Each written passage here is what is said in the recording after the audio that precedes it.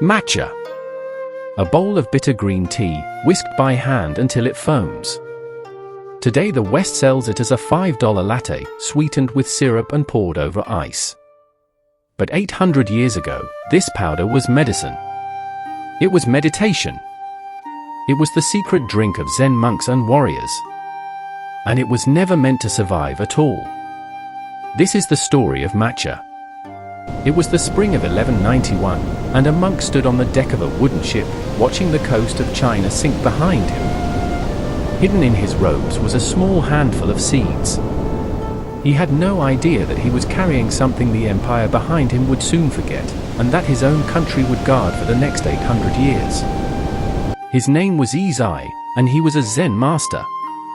What he smuggled home was not gold, and it was not scripture. It was tea. But not the tea you might imagine.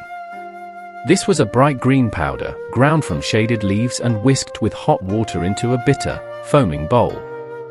The Chinese called it mo-cha. The Japanese would come to call it matcha. Eisai had spent years inside the temples of Song China. And in those temples, he had seen something strange. The monks did not boil their tea leaves and pour them away. They ground the leaves into dust, dropped the powder into a bowl, poured hot water over it, and whisked it with a thin bamboo brush until the surface turned to pale green foam. Then they drank it down, leaf and all. This was no casual drink. In Song China, whisked tea was an art form. There were contests, judged on the color of the foam and how long it lasted on the surface. Poets wrote about it. Emperors treasured it. It was, in its time, one of the most refined pleasures in the world. Eisai carried the seeds home and planted them on a mountainside in the south of Japan. He gave some to a friend, a monk who sowed them in the hills around Kyoto, in a small valley called Uji, a name that, even today, means the finest matcha on earth. Then Eisai did something that would change everything. He sat down and wrote a book. He called it the Kisayo Joki, which means drink tea, nourish life. It was the first book about tea ever written in Japan. And in its opening lines he made a bold claim. Tea, he wrote, is the ultimate medicine. A divine remedy. An elixir that lengthens the years of a life. There is a story attached to that book. They say the young ruler of Japan, the shogun Sanetomo, lay gravely ill, some say from too much wine the night before. Eisai is said to have brought him a bowl of the green tea, along with his book, and the shogun recovered. Whether it truly happened, no one can prove. But the legend did its work. Because once the ruler of Japan drank tea, the warriors who served him drank it too. And once the samurai drank it, the rest of the country followed. In a single century, this bitter foreign powder went from a monk's medicine to the very heart of Japanese life. But here is where the story turns, and where almost everyone, even in Japan, gets it wrong. Matcha is not originally Japanese. It was Chinese. And while Japan was falling in love with it, China was about to erase it completely. In the year 1391, the first emperor of China's new Ming dynasty issued a decree. He banned the old compressed tea cakes that powdered tea was made from. From now on, he ordered, tea would be served as loose, whole leaves, steeped in water.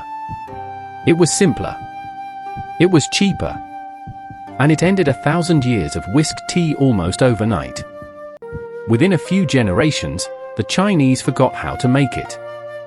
The bamboo whisks vanished. The contest stopped. The bowls gathered dust. The drink that emperors had prized simply disappeared from the country that invented it. And it would have been lost to the world entirely, if not for one island that refused to let it go. In Japan, matcha did the opposite of fading. It deepened.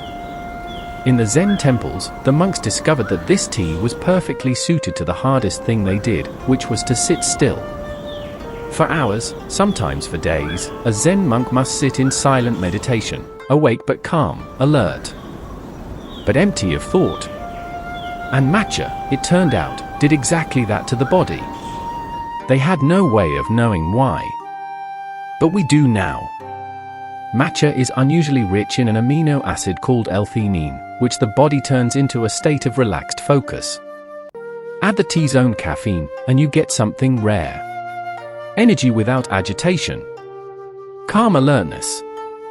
The monks had stumbled onto the perfect chemistry for meditation 800 years before science could explain a word of it. And they learned to make it stronger. In the weeks before the harvest, the farmers began to cover the tea fields, shutting out the sun. Starved of light, the plant fought back, flooding its leaves with chlorophyll and with that same calming amino acid. The leaves turned a deep, almost unnatural green. This shaded leaf had a name. Tencha. The raw material of all matcha. Then came the slowest part of all. The leaves were steamed, dried, and stripped of every stem and vein, until only the softest tissue remained. That tissue was fed, a pinch at a time, between two heavy stones of granite, turned by hand. The grinding had to stay slow, because too fast, and the heat of the friction would scorch the powder and ruin it.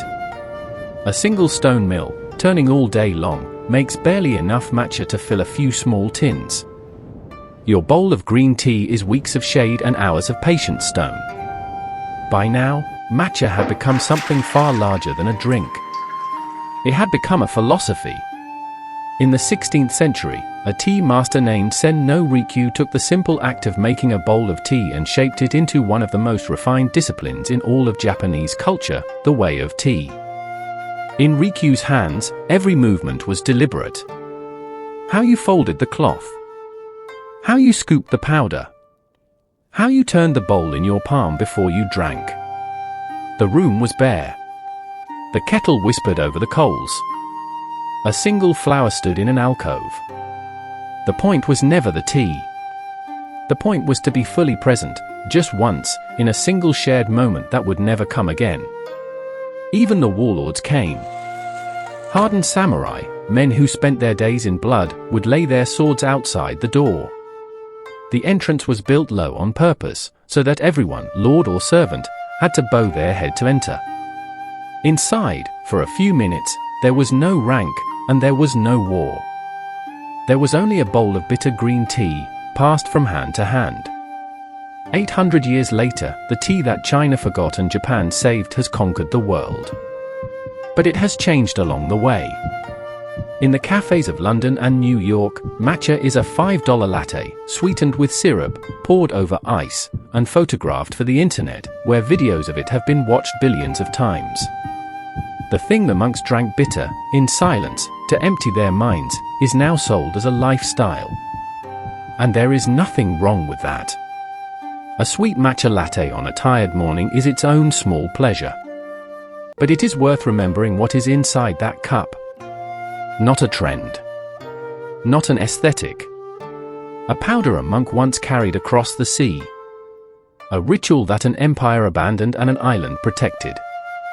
Centuries of patience, ground between two stones. Maybe that is the real lesson of matcha. That the things most worth keeping are often the ones the world is quickest to throw away. China had it first, and let it go. Japan saw what it truly was, and held on, for 800 years, until the rest of us were finally ready to taste it. So the next time a bowl of green tea is set down in front of you, slow down, just for a moment, before you drink. Somewhere behind that bitter taste is a monk on a ship, a hidden handful of seeds, and a promise to remember. If you had lived in Rikyū's time, would you have laid down your sword for a single bowl of tea? Tell me in the comments. Tales of Old Japan publishes a new story every Sunday, Wednesday, and Saturday. If this one stayed with you, subscribe. There is a new tale every few days.